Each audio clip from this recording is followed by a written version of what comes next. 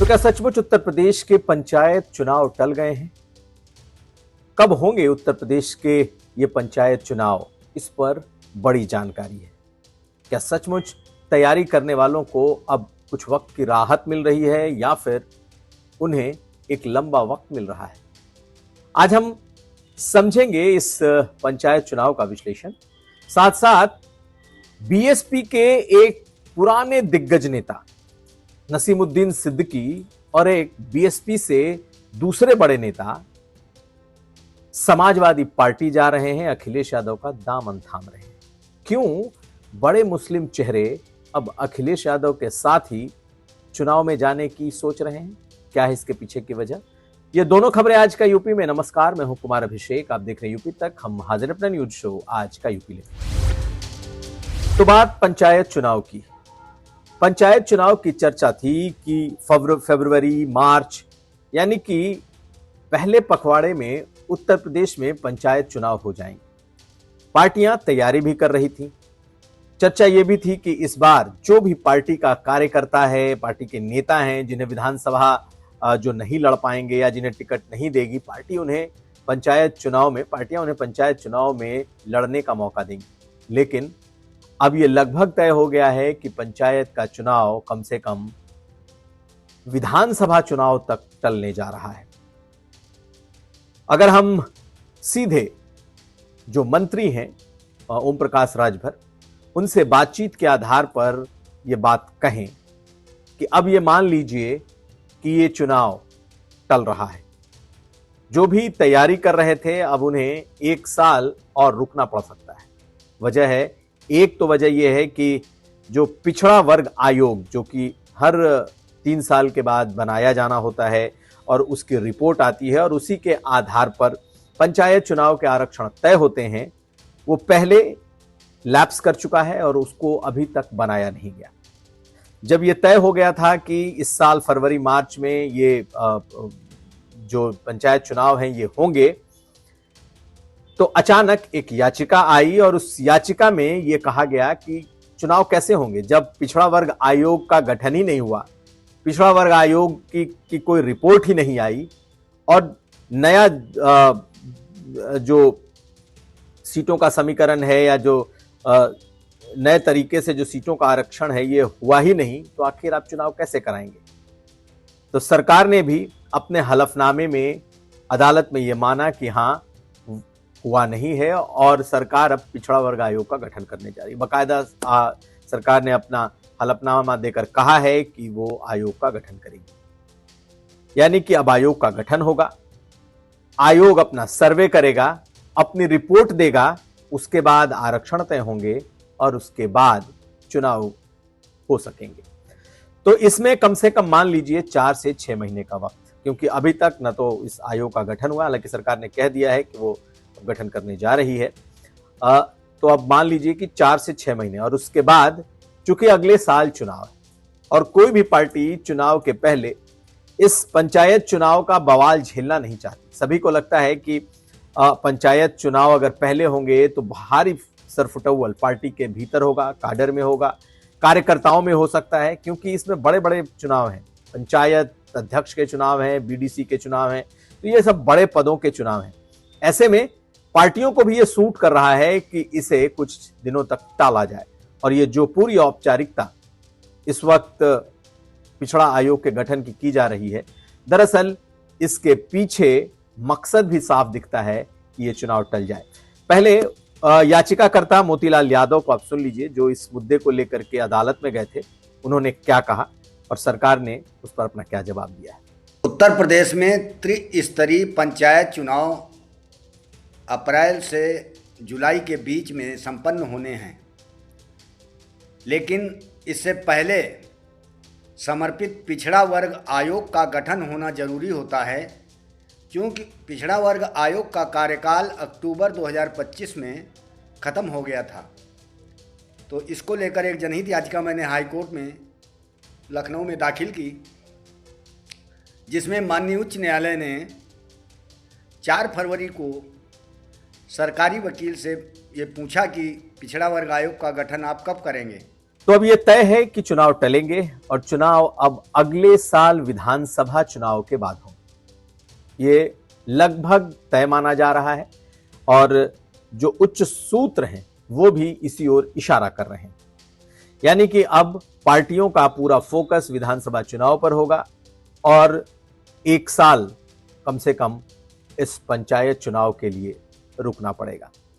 किसे फायदा किसे नुकसान अभी ये कहना तो मुश्किल है, लेकिन सरकार के लिए भी एक जिसे कहते हैं कि चुनाव के पहले एक बड़ा चुनाव टाल देना, कम से कम अब उनको ये जरूर होगा कि अब विधानसभा चुनाव पर पार्टियां और खासकर ये सरकार, बीजेपी की ये सरकार फोकस कर पाएगी। बहुत सारे लोग खुश भी होंगे, बहुत सारे नाराज। अगली खबर। और अब बात समाजवादी पार्टी से आ रही उस खबर की जिसने सपा के भीतर भी लोगों को चौंकाया तो नहीं, लेकिन कुछ लोगों के लिए अच्छी खबर और कुछ को इससे नाराजगी भी हो सकती है।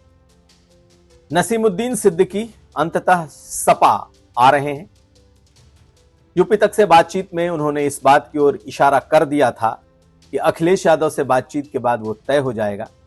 तो नसीमुद्दीन सिद्दीकी ही नहीं, फूल बाबू अनीस अहमद जो कि पीलीभीत से बसपा के बड़े नेता रहे, मंत्री रहे हैं, वो भी समाजवादी पार्टी आ रहे हैं।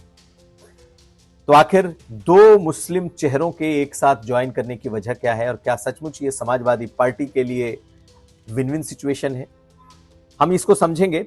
लेकिन जो बात कही थी सिद्दीकी साहब ने, उनको आप पहले सुन लीजिए। यूपी तक से खास पॉडकास्ट में नसीमुद्दीन सिद्दीकी ने जो बात कही थी वो पहले सुनिए। आप समाजवादी पार्टी जाना चाहते हैं या समाजवादी पार्टी से कोई बातचीत हुई है या अखिलेश यादव से कोई बातचीत हुई है, कुछ सच्चाई है इसमें? अखिलेश जी अभी दिल्ली में हैं, जब लखनऊ आएंगे तो देखा जाएगा। अभी वो पार्लियामेंट चल रही है, वो सेशन में हिस्सा ले रहे हैं। तो कोई आपकी बातचीत उनसे हुई? अब हर बात आज ही कहलवा लेंगे तो अगली बार को कुछ बचा लीजिए। लेकिन आपके सारे पुराने साथी तो वहीं बैठे हैं, बाबू सिंह कुशवाहा, लालजी वर्मा, इंद्रजीत सरोज, आर.के. चौधरी। देखिए साहब, इस टाइम पे 66 एमएलए बीजेपी में वो हैं जो मेरे साथी थे और अधिकांश मेरे बढ़ाए हुए थे, और 7 मिनिस्टर भी वही हैं जो बसपा में आपके बसपा से बढ़ाए हुए थे, और साथ में थे एक डिप्टी चीफ मिनिस्टर भी साथ में थे। तो क्या इतने तो सपा में नहीं है? मैं ये नहीं कह रहा हूं कहां जाना है कहां नहीं जाना, मना नहीं कर रहा हूं। कहां जाना ये जो तय होगा देखा जाएगा, लेकिन इस बात को आप बेस कैसे मान सकते हैं? तो मुझे बीजेपी में जाना चाहिए। सबसे ज्यादा मेरे लोग बीजेपी में। केंद्रीय मंत्री एसपी सिंह बघेल, राज्यसभा के एमपी मैंने बनाया उनको। पहले वो बसपा में थे, फिर सपा में चले गए, सपा से मैं लेके आया। तो ये पैमाना नहीं हो सकता है। दरअसल नसीमुद्दीन सिद्दीकी कुछ न कुछ वादा चाहते हैं, कुछ न कुछ ठोस चीज अखिलेश यादव से चाहते हैं, जिसमें कहा यह जा रहा है कि उनके लिए कुछ सीटें, शायद परिवार में भी, और अपने समर्थकों के लिए, ये उनकी मांग है। अखिलेश यादव बहुत ज्यादा दबाव में नहीं आएंगे, लेकिन अब वो नसीमुद्दीन सिद्दीकी को लेने के मूड में भी हैं, तैयार भी हैं, क्योंकि उनका इस्तेमाल वो बुंदेलखंड और पश्चिमी उत्तर प्रदेश दोनों जगह कर सकते हैं। मेरठ उनका पुराना क्षेत्र रहा है और वो रहने वाले बांदा के हैं, और यहाँ से इन्होंने बसपा के वक्त में बसपा को मजबूत करने में, बसपा को मदद करने में बड़ी भूमिका थी। लेकिन पिछले 8-9 साल कांग्रेस पार्टी के साथ इनके बीते, इन्हें कुछ मिला नहीं, इन्हें बहुत मलाल है। लेकिन अब वो अखिलेश यादव के साथ आ रहे हैं, ये लगभग तय मान लीजिए। अपने समर्थकों के साथ बैठक करके वो इस बात का ऐलान करने वाले हैं कि वो समाजवादी पार्टी आ रहे हैं। क्या मिलेगा ये देखना होगा, लेकिन एक बड़ा मुस्लिम चेहरा समाजवादी पार्टी को मिल रहा है। दूसरी तरफ अनीस अहमद, फूल बाबू के नाम से मशहूर है पीलीभीत में। बीसलपुर इनकी विधानसभा रही है, कई बार के विधायक रहे हैं, सांसदी भी लड़े हैं। अपने क्षेत्र में इनका अपना एक वोट वर्ग भी है, वोट बैंक भी है, और अपने विधानसभा में कहा जाता है कि 35-40 हजार वोट इनके अपने माने जाते हैं। तो समाजवादी पार्टी उस सीट को जीत नहीं पाई, बसपा जरूर जीतती रही, अब बीजेपी जीत रही है। तो समाजवादी पार्टी के लिए ये एक विन विन सिचुएशन जैसा है कि एक ऐसा नेता जिसके पास अपना वोट बैंक है, जो उस इलाके में जहां सपा कमजोर रही है वहां पर वो सपा आ रहे हैं। दूसरी बात, फूल बाबू के लिए भी अब बहुत कुछ बसपा में बचा नहीं, क्योंकि एक वक्त था जब वो ब्राह्मण, मुस्लिम और दलितों के वोट से जीत जाते थे, लेकिन अब वो समीकरण वहां बचा नहीं है। ऐसे में उनके पास सिर्फ मुस्लिम वोट बचे हैं। उनके अपने कुछ काडर के वोट थे, क्या वो बसपा छोड़ने के बाद उनके साथ रहेंगे, इसकी गुंजाइश नहीं है। लेकिन बहुत समय से ये चर्चा चलती रही है कि वो बसपा से समाजवादी पार्टी आएंगे। हालांकि इसके पहले वो कांग्रेस जा चुके हैं, लेकिन एक ऐसी बात कभी कहा जाता है कि बसपा में रहते हुए उनकी नसीमुद्दीन सिद्दीकी से बनी नहीं थी, और जब बसपा छोड़ करके वो कांग्रेस गए थे तो ये भी कहा जाता था कि वो उनकी वजह से गए। लेकिन अब परिस्थितियां ऐसी हैं कि दोनों समाजवादी पार्टी का दरवाजा खटखटा रहे हैं, यूं कहें दोनों एक साथ अंदर आ रहे हैं, और ऐसी चर्चा है कि 15 तारीख को यानी शिवरात्रि के दिन ये दोनों समाजवादी पार्टी का दामन थाम सकते हैं। तो एक बार फिर सुन लीजिए क्या कहा था नसीमुद्दीन सिद्दीकी ने कांग्रेस को छोड़ने को लेकर, और क्या कहा था सपा को ज्वाइन करने को लेकर। बाकी इस खबर पर हमारी नजर इसलिए भी बनी रहेगी क्योंकि अखिलेश यादव मुस्लिम वोट और मुस्लिम नेताओं के साथ साथ उन्हें दूसरे वोटों की भी दरकार है। खैर पहले सुनिए इन नेताओं। संदीप सिंह रोक रहे थे तो इसका मतलब तो यही हुआ ना कि भाई राहुल गांधी आपको लेकर के आए जब आपकी ज्वाइनिंग हुई, लेकिन उत्तर प्रदेश में प्रियंका गांधी की टीम आपको काम नहीं करने दे रही थी, यही माना जाएगा। कुछ भी कह सकते हैं, कुछ भी कह सकते हैं। और मैंने उस टीम से भी कई बार कहा कि भाई मैं बीमार हो जाऊंगा, और प्रियंका जी से मैंने कहा कि प्रियंका जी मैं बीमार हो जाऊंगा, प्लीज मुझे काम चाहिए। खैर उन्होंने कह दिया संदीप देख लेना, देख लिया।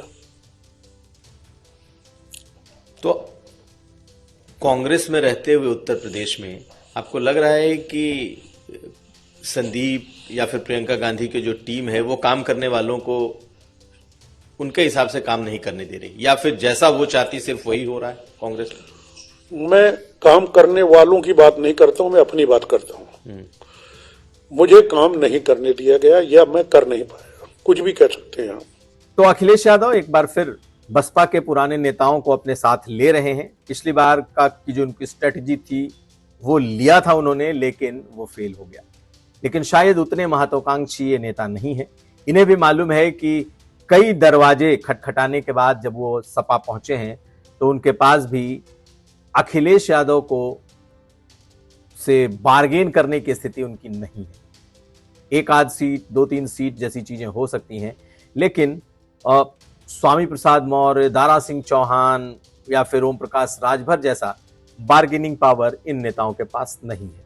ऐसे में समाजवादी पार्टी इनकी नेचुरल चॉइस तो है ही, इनके सर्वाइवल के लिए भी सबसे कह सकते हैं कि अच्छी पार्टी दिख रही है।